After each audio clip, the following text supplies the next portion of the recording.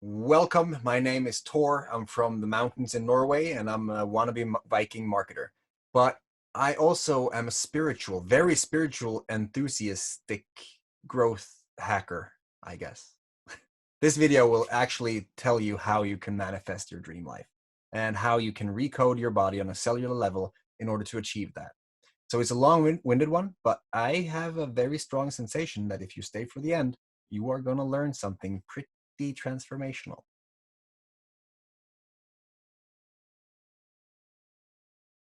I'm coughing.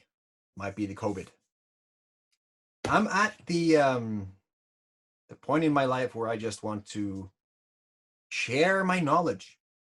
So it's time to do that in this channel right here, right now, and you are going to be a part of that if you so choose. So what will you gain from this video, you might ask?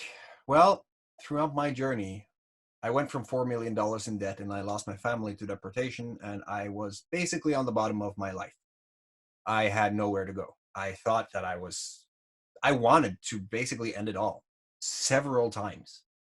But throughout these experiences, I've learned stuff. I've learned techniques and I've studied a lot of different subjects. And it has really opened my eyes to what we are capable of. And if you have that kind of a mindset, you will grow exponentially, spiritually and professionally and relationally. I mean, everything in your life will change as long as you know how to do it. And that's what I want to share in this channel. I want to share things that you can use to upgrade your life. So how are you supposed to see the value in that? Henry Ford said, if I asked people what they want, they would have said faster horses. They didn't know the concept of the car. You know, there's a thing that can be explained to this. It's the Kruger-Dunning effect. It's basically, you don't know what you don't know. And with that in mind, there's always something to learn, always something that will broaden your experience and broaden your knowledge. And this video might do just that. This video might actually broaden your knowledge or your perspective on things. So I've done this a lot of times before. This is the first time I've actually posted it on the YouTube channel for the world to see. When you have a thought, where does that thought come from? When you have a memory, where is it when you're not thinking about it? Good question, you might say. It is. I'd like to think that it's in the quantum field. We're going to talk a lot about the quantum field. Quantum physics is very interesting. So what is the quantum field? I would say it's the thing that connects us all. And there is proof to suggest that this is true. And I will go into that right now. When you have a thought, let's say that you pull it from the quantum field, you get it in your brain, it travels along the ridges, right? It ends up in the hypothalamus where it's going from intangible to tangible because the hypothalamus will assemble something called a neuropeptide from that thought. In order to make a neuropeptide, it needs amino acids and proteins. Depending on what you thought about when you had that thought, what you felt like, if you felt positive, negative, anxious, scared, whatever it is, that neuropeptide will have that same feeling. It will be coded with that. So the hypothalamus will shoot out the neuropeptide into your system, and then it will find your cells. Your cells will have these small keyholes, right? Let's just picture the neuropeptide as a key, and your cells has the keyhole. Now it hits the cell, and it turns the key. It thereby codes the cell with the feeling it had from that intangible thought. And that cell does three things. It takes up nutrients, it leaves waste, and it multiplies. So now, with that new code in mind, it will multiply with that code, with that feeling, that sensation, that state of mind, basically. And your body will basically be positive, negative, anxious, scared, or whatever the feeling was, whatever the thought was originally. Now, your heart has 40,000 brain cells in it. Your heart is actually a separate system from your brain. That is very interesting, right? It has its own memories, its own thoughts, its own way of thinking, basically. And it can communicate. It has an electromagnetic field that we can measure with our science today. And the most interesting part about this, the thing that will make you wonder, is satellites called GOES, GOES. 9/11, when the Twin Towers were hit, the two GOES satellites that is circling the Earth picked up something very abnormal. The electromagnetic field at 9 a.m. went like this. Boop! On a global scale. Everyone that saw the news that the World Trade Center had been hit by a terrorist attack felt something so profound that it changed the electromagnetic field of the world. That's interesting. They started to delve deeper into this phenomenon, and they found out that we can communicate with this field. There's been a whole slew of tests to prove if there is a field or not. And in the 1900s, early 1900s, late 1800s, there was a test that were performed to see if the field was there. But with the current technology, they couldn't really see anything. So they redid the test in our time. I guess it's 10 years ago or something. 90s, early 2000s, I don't know. Recently. And they saw that the tests they had done before was wrong. There was, in fact, a field.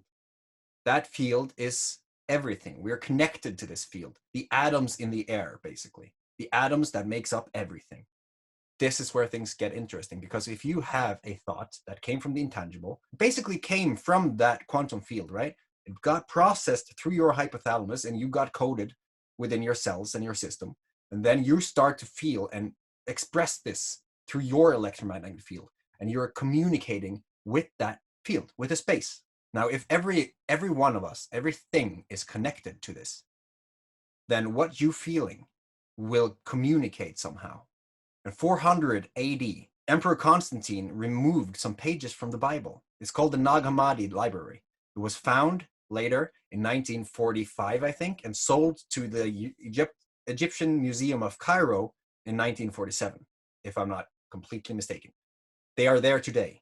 It was the Gospel of Thomas, and it explained how you pray, how you will get the results of your prayers, how you will achieve what you dream, how you will get what you want, basically, how to manifest. And I am a firm believer in this because I have had that.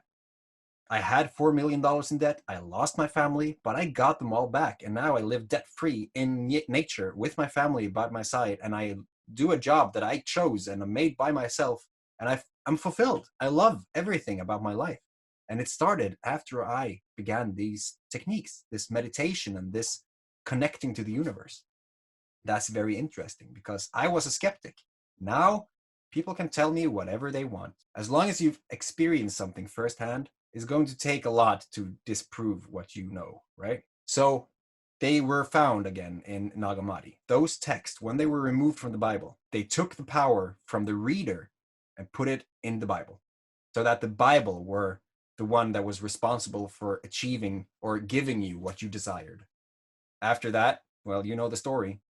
Things are not really about you. It's about asking God. It's about asking something else to give you what you want. But it has always been within you. And that happens because of that intangible thought going through your system and then communicating with the field. They say that if you really, really desire something, the universe will go out of its way to put that in your path. I believe that 100%. Because let's say, just for instance, 5 miracles happened to me in one date, the 29th of the 2nd, 2020. 5 miracles. 4 of these were like unlikely. They were miracles because they were so unlikely to happen that they shouldn't have, but they did. Everything that I needed at that moment and that I have been working for the better part of 10 years happened in one night. I don't know if it was a date or if it was something else, but it happened. The last miracle was special. After 23 years of trying, the mother of my daughter got approved her citizenship into Norway. After 23 years. This happened on that same date. We came home. She stood in the doorway and she said, "It happened." It happened. I got approved. Now, my theory is that if you want something really bad and you feel the gratefulness, you get gratitude from everything. And you're so grateful for it to have happened already. You feel it has happened already. You feel it in your heart, in your senses, in your smell, in your taste. You really feel grateful for it actually happened already. Not that you want it in your life, because if you want it, if you're searching for it, you're acknowledging that it's not there. Okay? That's how it works. You're telling yourself and the universe that it's not there. It's like, I want money. The universe will go, okay, that's great. But if you're like, oh, thank you for all of this. Thank you for the financial abundance I have right now. Thank you for making me able to do what I want with my life, to be financially and mentally and location free, to just experience love and everything that comes with it. The universe will give you what you need because you already have it. Make sense? It's an interesting topic. My theory is that the mother of my child, her application was probably in a computer somewhere. And because of me and us basically communicating with the quantum field, we tapped into the brain of the guy or girl doing the application process, and they just approved it. It was unlikely to happen, and it happened in the same date. Something happened, and she got approved. That's just one of the things that is just insane, right? So when you know how to communicate with the quantum field, you can basically program your life and your entire everything. Now, I'm not saying that this is some magic woo-woo that is just, if I want it, it's going to come. You have to make action. You have to take some action and steps in order to get there. Like me, I've been working every single day for the better part of 4 years, getting up at 5 a.m. in the morning, and I'm working hard to reach my dreams. Because if you work hard for what you want, and if you really have all faith in that it will turn out great, then success is inevitable. You will reach your goal because you're doing everything in your power to get there. You're not just sitting on your ass watching Netflix, right? You're doing something to get there. And because of everything, my meditation has brought me clarity. It has brought me a vision of my future self. And if this is correct, the meditation technique that makes you communicate with the field, going down at 0.1 hertz and going into the beta state or the delta state, then I guess there is magic in the world. I can't explain more than what I know, what I have experienced myself. Because after I started doing this, things have happened that shouldn't have happened. But it happens all the time, every day. I'm not surprised anymore when something very unlikely happens. If I think about something, odds are that what I think about is going to come to fruition almost the next day. It's insane. So know that your heart is the transmitter to the quantum field. And know that your intangible thoughts can be processed through your system and communicated to that field through your heart. And know that the manifestation and the recoding of your cellular self basically is real. You just have to try it. Don't disregard something that you haven't tried or that someone else says doesn't work. If you haven't tried it yourself, you should test it out before you say something that is not going to work. All right? Be grateful. Love every part and every second of your life, even if it's a challenge, even if it's painful, even if it's hurtful, even if whatever if things go wrong, love it. Really love it. Be grateful for it. And things will happen. Like you will have this energy that you cannot explain. You will have this focus that you cannot determine. You will have everything that you want in life. Normally when I start talking about this, I go into a rant. I talk and I talk and I talk, and I have problems getting my words out in a structured manner because English is not my first language. So there is going to be a few stumbles, but it's interesting stuff. It's really interesting stuff. And I hope that you got some value from this. If you did, comment down below. Check that out. Like, just check out if anyone else has had some experiences. Share your experience.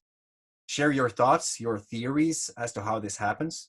And share questions. If you have questions, share them, and we'll do whatever we can to answer them. Also, if you really like this, if you've been following the FML project online, just thefmlproject.com, and Facebook group and stuff.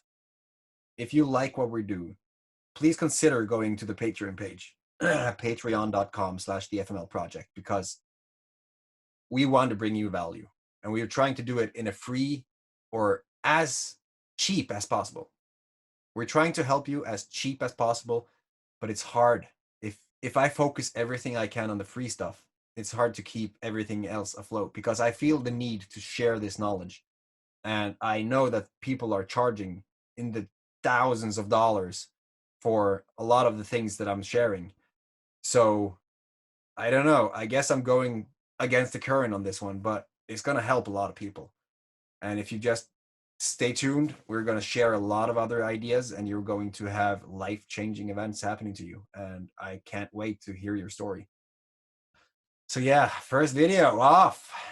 Cool. Stay tuned to the next one. My name is Tor. I'm a Norwegian wannabe Viking marketer.